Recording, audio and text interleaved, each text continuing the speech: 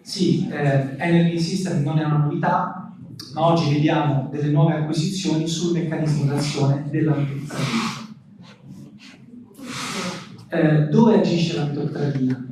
La metoctradina lavora sul complesso 3 della catena respiratoria, per cui va ad alterare quello che è il flusso di elettroni all'interno del fungo. Qual è la novità? Che recentemente è stato osservato che il principio attivo riesce a lavorare su 2 punti del chinone.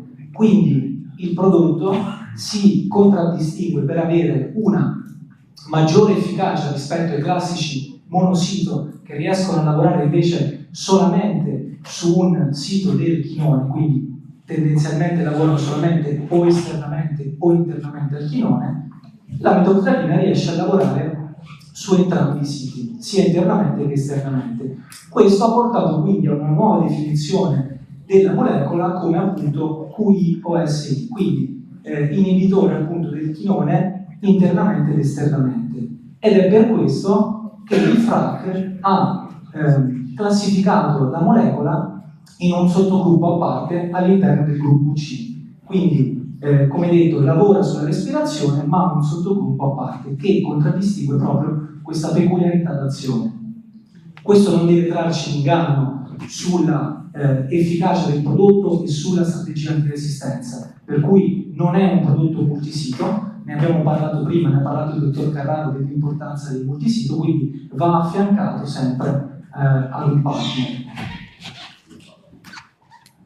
Da qui nasce il nuovo formulato Energy System che è stato registrato ad ottobre, quindi trova le caratteristiche della metoctradina affiancate a quelle del fosfonato di potassio, per cui la capacità di ametoctradina di legarsi in maniera molto forte alle cere, con la sua abilità cerodinamica, abbinata appunto alla sistemia del fosfonato di potassio, in una formulazione acquosa che quindi ci garantisce anche una facilità di utilizzo e di miscibilità.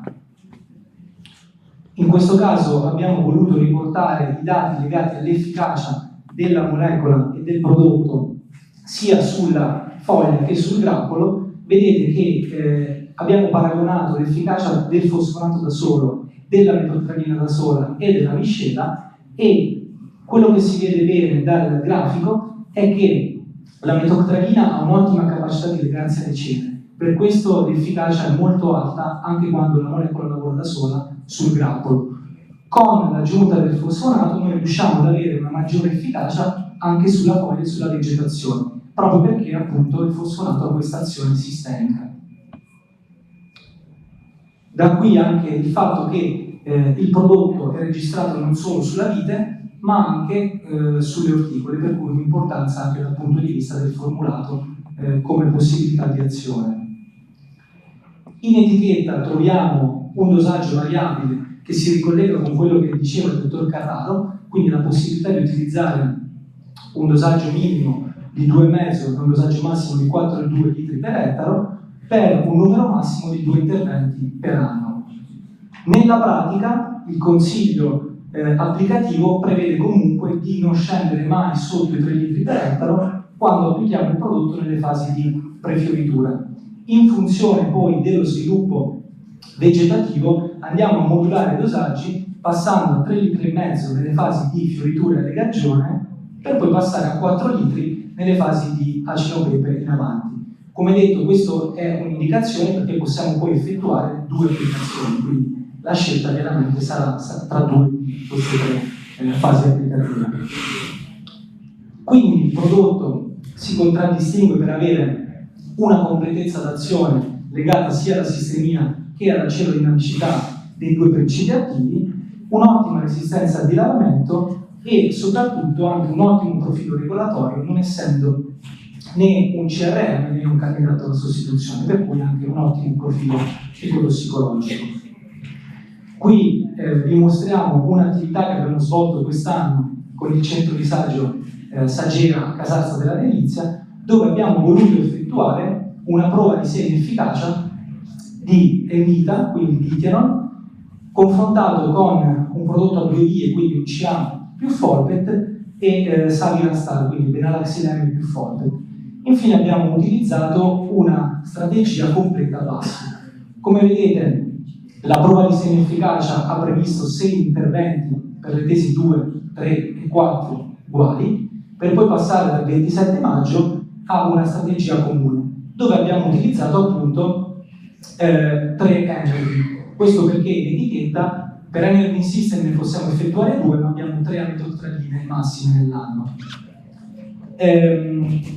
Vi faccio notare un aspetto, cioè la possibilità di utilizzare in vita dosaggi variabili nelle prime fasi, quindi quello che accennava poco fa il dottor Carraro, e sull'impiego dell'Energy vedete la necessità comunque di avere sempre al suo fianco un partner a diverso meccanismo d'azione. Che cosa ci hanno detto questi dati? Che la stagione è stata estremamente sfidante e piovosa. Vedete che dal 15 marzo all'8 luglio abbiamo avuto 550 mm di pioggia e in questo grafico vedete anche dove abbiamo posizionato i trattamenti rispetto alle piovosità. I risultati ci hanno detto che il testimone non trattato è stato fondamentalmente disintegrato al termine della stagione e abbiamo avuto un'incidenza della malattia sulla foglia superiore al 90%, sul grappolo siamo arrivati al 100%. Come hanno performato però le tesi messe in esame? Le tesi hanno performato molto bene, evidenziando l'efficacia dell'invita e la robustezza del formulato, e quindi è assolutamente paragonabile a un prodotto 2 vie, e vedete che anche la tesi con Saviran ci ha dato una buona efficacia. Ovviamente la linea completa BASF ha dato un risultato eccezionale proprio dovuto all'alternanza di tutti i prodotti a nostra disposizione. Da qui la difesa della vita contro l'apermoscolo per BASF si organizza utilizzando l'envita nelle prime fasi e quindi potendo utilizzare anche il dosaggio variabile del formulato per poi passare all'impiego di Dylan Pro, quindi diterano più fosfonato nelle fasi delicate della prefioritura, utilizzando poi l'Energy System nelle fasi che vanno dalla fioritura in avanti proprio per la capacità cerodinamica del prodotto e eventualmente tornare a utilizzare nuovamente il diterano nelle fasi più avanzate, anche grazie all'ottimo profilo regolatorio della molecola che non dà nessun problema a livello residuale nei mosti e nei vini.